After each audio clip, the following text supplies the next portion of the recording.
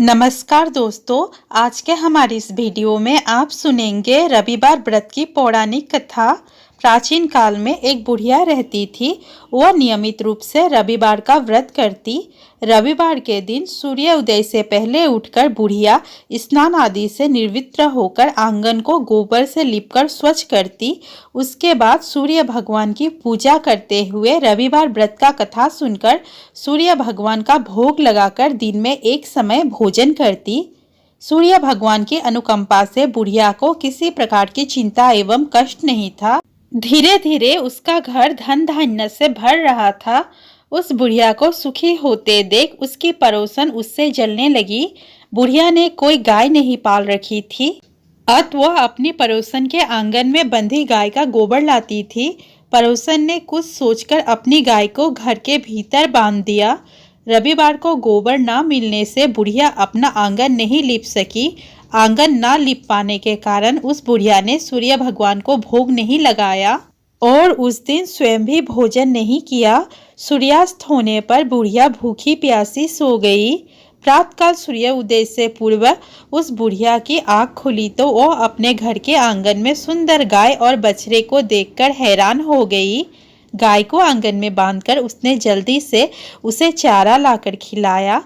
पड़ोसन ने उस बुढ़िया के आंगन में बंधी सुंदर गाय और बछड़े को देखा तो वह उससे और अधिक जलने लगी। तभी गाय ने सोने का गोबर किया। गोबर को देखते ही पड़ोसन की आंख फट गई।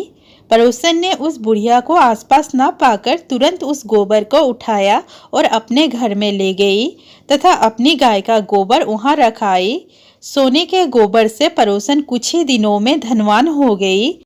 गाय प्रतिदिन सूर्य उदय से पूर्व सोने का गोबर किया करती थी और बुढ़िया के उठने से पहले पड़ोसन उस गोबर को उठाकर ले जाती थी। बहुत दिनों तक बुढ़िया को सोने के गोबर के बारे में कुछ पता नहीं चला। बुढ़िया पहले की तरह हर रविवार को भगवान सूर्य देव की व्रत रखती और कथा सुनती रही। लेकिन सूर्य भगवान को जब पड़ोसन की चालाकी का पता चला तो उन्होंने तेज आंधी चलाई। आंधी का प्रकोप देखकर बुढ़िया ने गाय को घर के भीतर बांध दिया।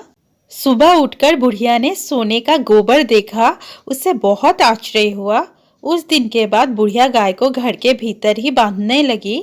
सोने के गोबर से बुढ़िया कुछ ही दिनों में बहुत धनी हो गई। उस बुढ़िया के धनी होने से पड़ोसन बुरी तरह जल भूनकर राख हो गई और कुछ उपाय न देख पड़ोसन ने उस देश के राजा की सभा में जाकर कहा, महाराज, मेरे पड़ोस में एक वृद्धा के पास ऐसी गाय है जो आप जैसे राजाओं के ही योग्य है। वो नित्य सोने का गोबर देती है। आप उस सोने से प्रजा का पालन करिए। वो वृद्धा इतने सोने का क्या करेगी? राजा ने यह बात सुनकर अपने दूतों को वृद्धा के घर से गाय को लाने की आज्ञा दी। वृद्धा प्रात ईश्वर का भोग लगा भोजन ग्रहण करने जा ही रही थी कि राजा के कर्मचारी गाय को खोलकर ले गए। वृद्धा काफी रोई चिल्लाई, किंतु कर्मचारियों के समक्ष कोई क्या कहता। उस दिन वृद्धा गाय के वियोग में भोजन न खा सकी और रात भर रो रो कर ईश्वर से गाय को पुण्य पाने के लिए प्रार्थना करती रही। उधर राजा गाय को देखकर बहुत प्रसन्न हुआ, लेकिन सुबह जैसे ही वो उठा सारा महल गोबर से भरा दिखाई देने लगा।